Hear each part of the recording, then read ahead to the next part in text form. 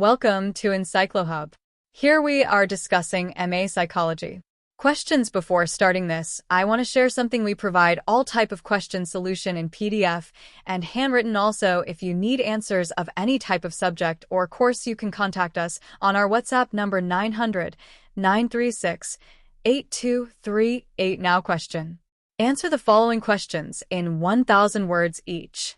3 times 15 is equal to 45 marks. 5. Elucidate learning disability, highlighting its characteristics, causes, and identification process. 6. Describe language development in children, highlighting its components. 7. Discuss the psychosocial changes in older adults. 8. Describe the challenges and issues faced by an adolescent. Section C. Answer the following questions in 50 words each. 10 times 3 is equal to 30 marks. 9. Concept formation.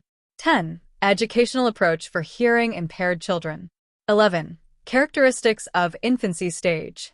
12. Relationships in late adulthood. 13. Growth spurt. 14. Identity crisis. 15. Critical periods during development. 16. Formal operation stage. 17. Nature versus nurture debate.